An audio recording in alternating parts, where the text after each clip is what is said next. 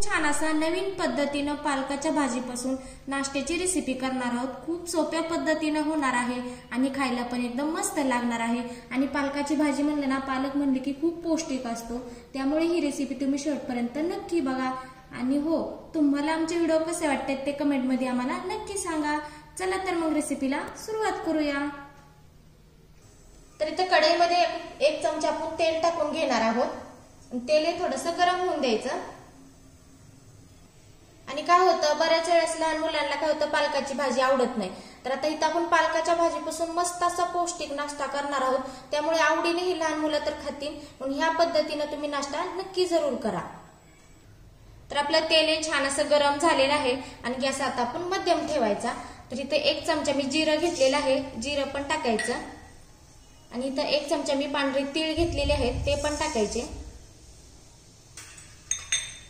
आणि इथं मी 1 चमचा धने घेतले, ते थोडंसं त्याला टेचून घेतलेलं आहे, ते पण टाकायचं। आणि छान असं हे परतून घ्यायचं मध्यम गॅसवरती,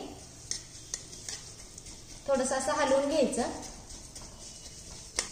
आता ह्याच्यामध्ये मी 3 हिरव्या मिरच्या घेतल्या होत्या आणि 1 अद्रकचा तुकडा घेतलेला होता, तो असा बारीक टेचून घेतलेला आहे, ते पण ह्याच्यामध्ये टाकून घ्यायचं आणि छान असं परतून घ्यायचं मध्यम गॅसवरती। तर इथे बघू शकता हिरवी मिरची छान अशी परतून झालेली आहे। तर ह्याच्यामध्ये मी इथे 1 बटाटा घेतला होता, हा कच्चा बटाटा आहे आणि त्याला मी साल काढली आणि असा खिसून घेतलेला आहे। त्याला स्वच्छ धुवून घ्यायचं, ती पण ह्याच्यामध्ये टाकून घ्यायचा आणि ह्याला पण 1 मिनिट छान असं परतून घ्यायचं मध्यम गॅसवरती। आणि हो, आम्ही जी रेसिपी बनवताना ते खूप साधे आणि सोप्या पद्धतीने बनवलेले असतात आणि जे आपल्या घरात घरगुती साहित्य असतं ना, त्याच पद्धतीने बनवलेले असतात आणि चवीला पण खूपच छान लागतात। तर आपण इथं बटाट्याला 1 मिनिट छान असं फ्राय करून घेतलेलं आहे। तर आता ह्याच्यामध्ये आपण इथं मी पालकाची भाजी घेतलेली होती, त्या पानांना बारीक असं चिरून घेतलेलं आहे, जास्त बारीक पण नाही चिरायचं, मध्यम असं चिरून घ्यायचं। आणि ते स्वच्छ असं धुवून पण घेतलेलं आहे, ती पण ह्याच्यामध्ये आपण टाकून घेणार आहोत आणि त्याला पण छान असं 1 मिनिट परतून घ्यायचं।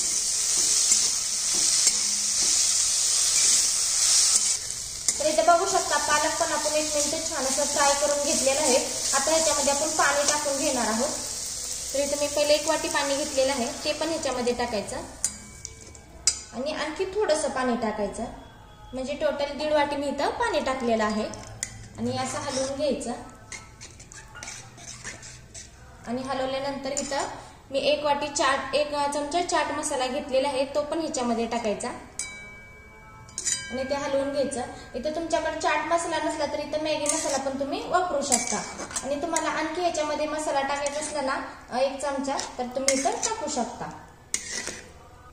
आता ह्याच्यामध्ये आपण 1 चमचा मीठ टाकणार आहोत आणि मीठ टाकल्यानंतर थोडंसं असं हलवून घ्यायचं आणि इथं चव बघून घ्यायची। इथं जर मीठ ते कमी असलं ना, तर इथं चेक करून घ्यायचं आणि त्याच्यामध्ये टाकायचं। तर याला थोडीशी आपण उकळी फोडून घेणार आहोत।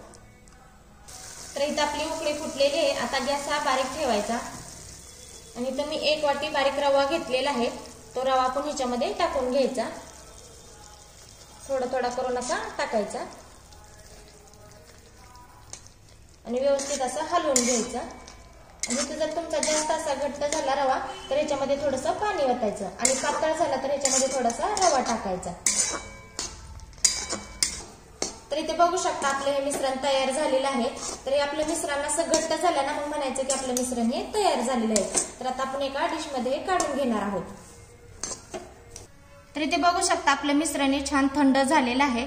आता ह्याच्यामध्ये आपण थोडीशी कोथिंबीर टाकणार आहोत आणि कोथिंबीर टाकल्यानंतर थोडंसं असं हाताला तेल लावायचं आणि हे व्यवस्थित असं मळून घ्यायचं, याचा गोल गोळा असा करून घ्यायचा। तर इथे बघू शकता अशा पद्धतीने आपण असा गोळा तयार करून घेतलेला आहे।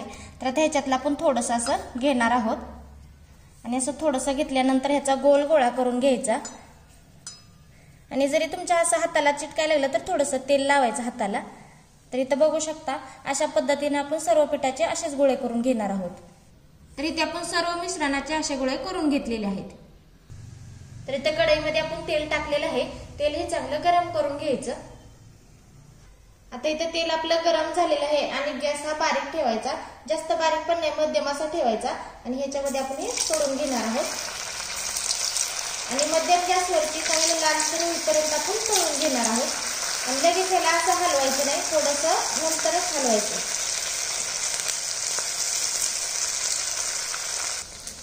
आता हे थोडंसं असं हलवून घ्यायचं आणि खालचं वरी केलं ना म्हणजे लालसर असं तळून निघतं व्यवस्थित असं, म्हणजे आतपर्यंत पण छान असं तळून निघतं.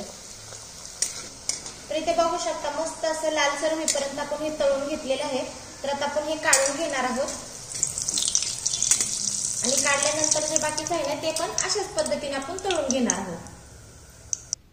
तर इथे बघू शकता खमंग आणि कुरकुरीत असा पालकाच्या भाजीपासून नाश्ता तयार झालेला आहे. तुम्ही घरी नक्की ट्राय करा. खूप सोप्या पद्धतीचा आहे, खायला पण एकदम मस्त लागणार आहे. ही तुम्ही शेजवानी चटणी बरोबर किंवा सॉस बरोबर पण तुम्ही खाऊ शकता. तर इथे मी तुम्हाला दाखवते. तर बघू शकता मस्त असा आपला हा नाश्ता तयार झालेला आहे. घरी नक्की ट्राय करा. म्हणून व्हिडिओला लाईक आणि सबस्क्राईब करायला विसरू नका आणि घंटीचं बटन अवश्य दाबा. चला तर भेटूया पुढच्या रेसिपीमध्ये. धन्यवाद.